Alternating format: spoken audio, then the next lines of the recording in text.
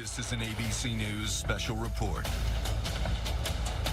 I'm Diane Macedo. We are coming on the air right now because Ukraine's President Zelenskyy is at the White House for a high-stakes meeting with President Trump, and it has already gotten heated. We are just now getting a look at the beginning of that meeting, the media spray, where reporters are there to ask questions, and already a heated exchange between President Trump, President Zelenskyy, and Vice President Vance. Take a look. And don't feel now, but you will feel it in the future. God bless. You don't know that. God bless. God bless. You will not have a war. Don't tell us what we're going to feel. We're trying to solve a problem. Don't tell us what we're going to feel. I'm not telling you. Because you're in no position to dictate that. Remember this.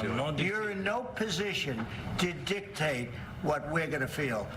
We're going to feel very good. Feel influence. We're going to feel very good and very strong. You will feel influence. You're right now not in a very good position. You've allowed yourself to be in a very bad position, and he happens to be right about it. From the very beginning of the war. You're not in a good position. You don't have the cards right now. With us, you start having cards. But right now, you don't. You're playing cards. You're playing cards. You're gambling with the lives of millions of people. You're gambling with World War III. You're gambling with World War III. And what you're doing is very disrespectful to the country, this country, that's backed you far more than a lot of people said they should have. Have you said thank you once this entire meeting? No, in this entire meeting, have you said thank you? You went to Pennsylvania and campaigned for the opposition in October. Offer some words of appreciation for the United States of America and the president who's trying to save your country. Please, you think that if you will speak very loudly about the war, He's not speaking loudly. He's not speaking loudly. Your country is in big trouble. Can I Wait a minute. No. You've done a lot of talking. Your country is in big trouble. I know. You're not winning. You're not winning this.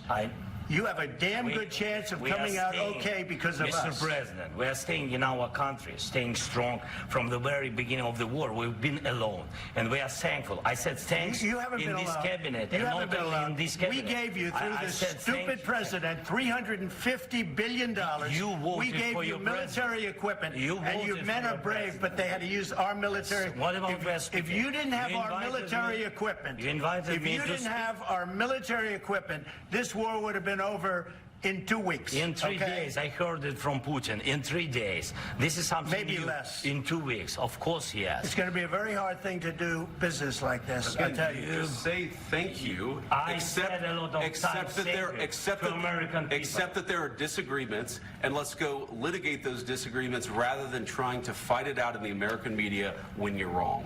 We know that you're wrong. But you see, I think it's good for the American people to see what's going on. I think it's very important. That's why I kept this going so long.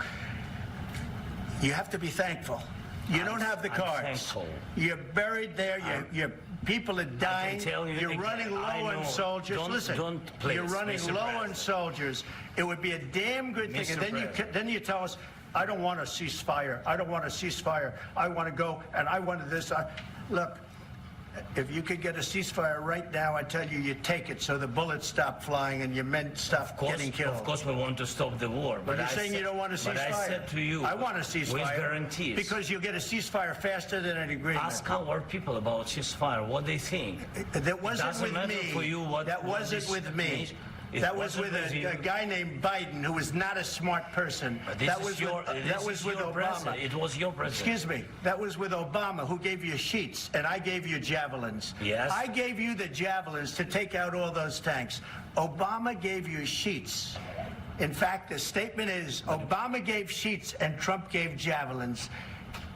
You got to be more thankful, because let me tell you, you don't have the cards. With us, you have the cards. But without us, you don't have any cards. One more question to Mr. Vice President. I'm sorry. It's going to be a tough deal to make, because the attitudes have to change. What if Russia breaks ceasefire? What if Russia breaks peace talks? What do you do then? I understand that it's a heated conversation right now. What are you saying? She's asking, what if Russia breaks the ceasefire? Well, what if anything? What if a bomb drops on your head right now? Okay? What if they broke it? I don't know. They broke it with Biden because Biden, they didn't respect him. They didn't respect Obama. They respect me. Let me tell you, Putin went through a hell of a lot with me. He went through a phony witch hunt where they used him and Russia. Russia. You ever hear of that deal? That was a phony Hunter Biden, Joe Biden scam. Hillary Clinton, Shifty Adam Schiff. It was a Democrat scam. And he had to go through that. And he did go through it. We didn't end up in a war. And he went through it. He was accused of all that stuff. He had nothing to do with it. It came out of Hunter Biden's bathroom. It came out of Hunter Biden's bedroom. It was disgusting. And then they said, oh, the laptop from hell was made by Russia, the 51 agents. The whole thing was a scam. And he had to put up with that. He was being accused of all that stuff. All I can say is this. He might have broken deals with Obama and Bush, and he might have broken them with Biden. He did, maybe. Maybe he didn't. I don't know what happened. But he didn't break them with me. He wants to make a deal. I don't know if you can make a deal. The problem is, I've empowered you to be a tough guy. And I don't think you'd be a tough guy without the United States. And your people are very brave. But you're either going to make a deal or we're out. And if we're out, you'll fight it out. I don't think it's going to be pretty, but you'll fight it out. But you don't have the cards. But once we sign that deal, you're in a much better position. But you're not acting at all thankful. And that's not a nice thing. I'll be honest, that's not a nice thing.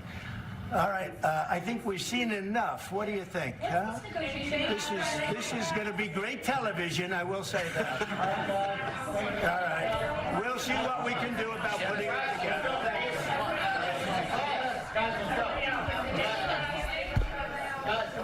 Just been watching a heated exchange there in the Oval Office between President Trump, Ukraine's President Zelenskyy, and Vice President Vance. The whole exchange started with President Trump being asked about his alignment right now, whether he's aligned with Vladimir Putin.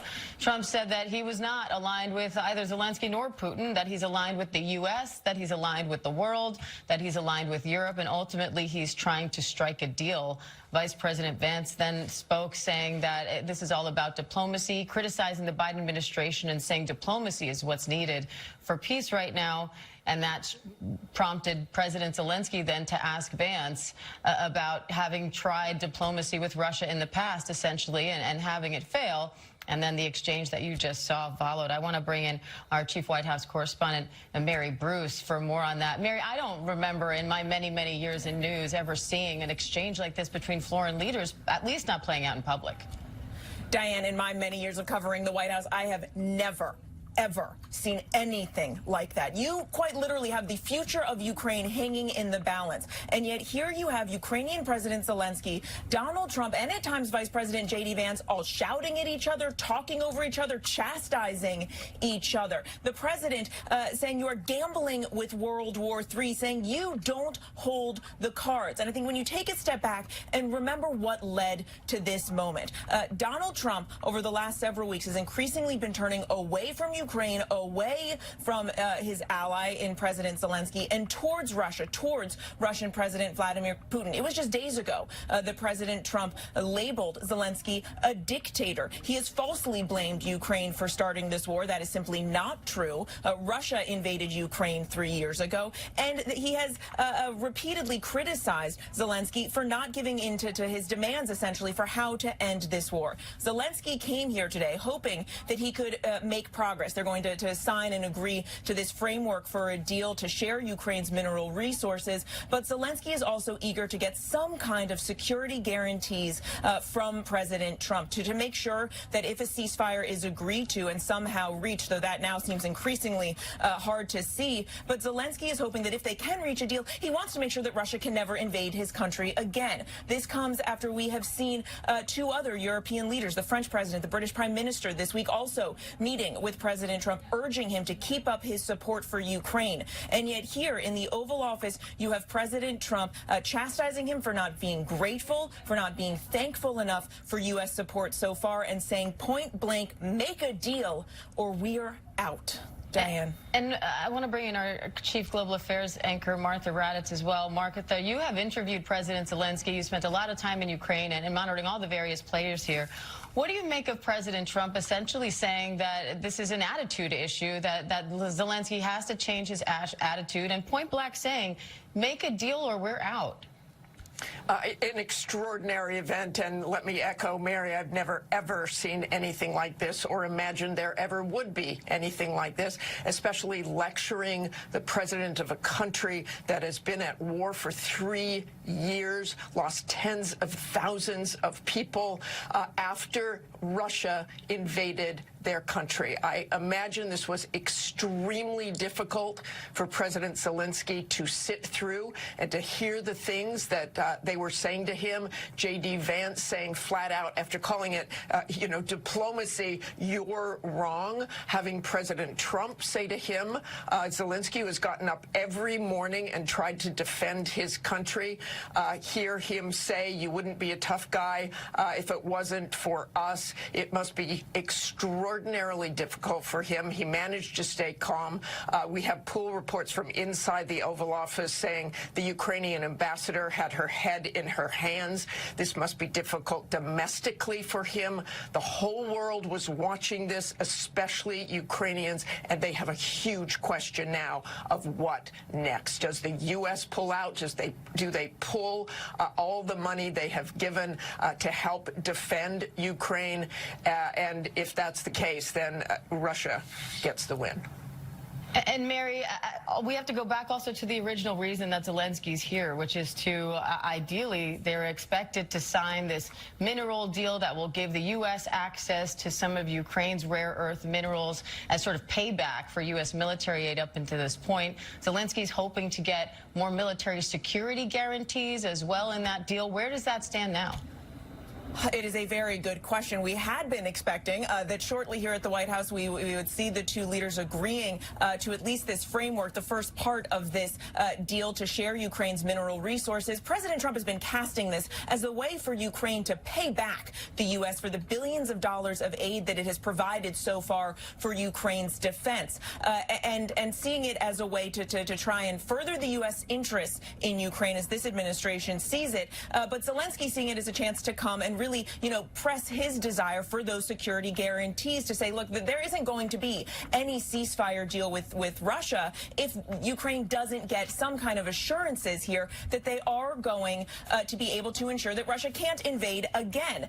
President Trump has made very clear he doesn't want to give those security guarantees right now. He has said that is a conversation that should come after they reach a ceasefire deal. That is not something that Zelenskyy wants to see. It's not something that other European leaders agree to either. And what's interesting here is what we heard from the president yesterday as well, which is that he essentially trusts and has confidence in Vladimir Putin that any deal that he does agree to would hold. He has said that he believes that Vladimir Putin would honor any deal, though he did add, citing that famous line from Ronald Reagan, that he would need to trust but verify. The question remains, verify how? How would he ensure that Russia would not go back on its word and that any kind of ceasefire or peace deal would actually be lasting? And then what kind of role would the U.S. play, if any, going forward to protect Ukraine and our European allies? And Zelenskyy and Trump are now meeting privately in the White House. We'll be watching to see if they do end up coming away with that mineral deal at the end of this high-stakes meeting. Mary Bruce, Martha Raddatz, thank you both.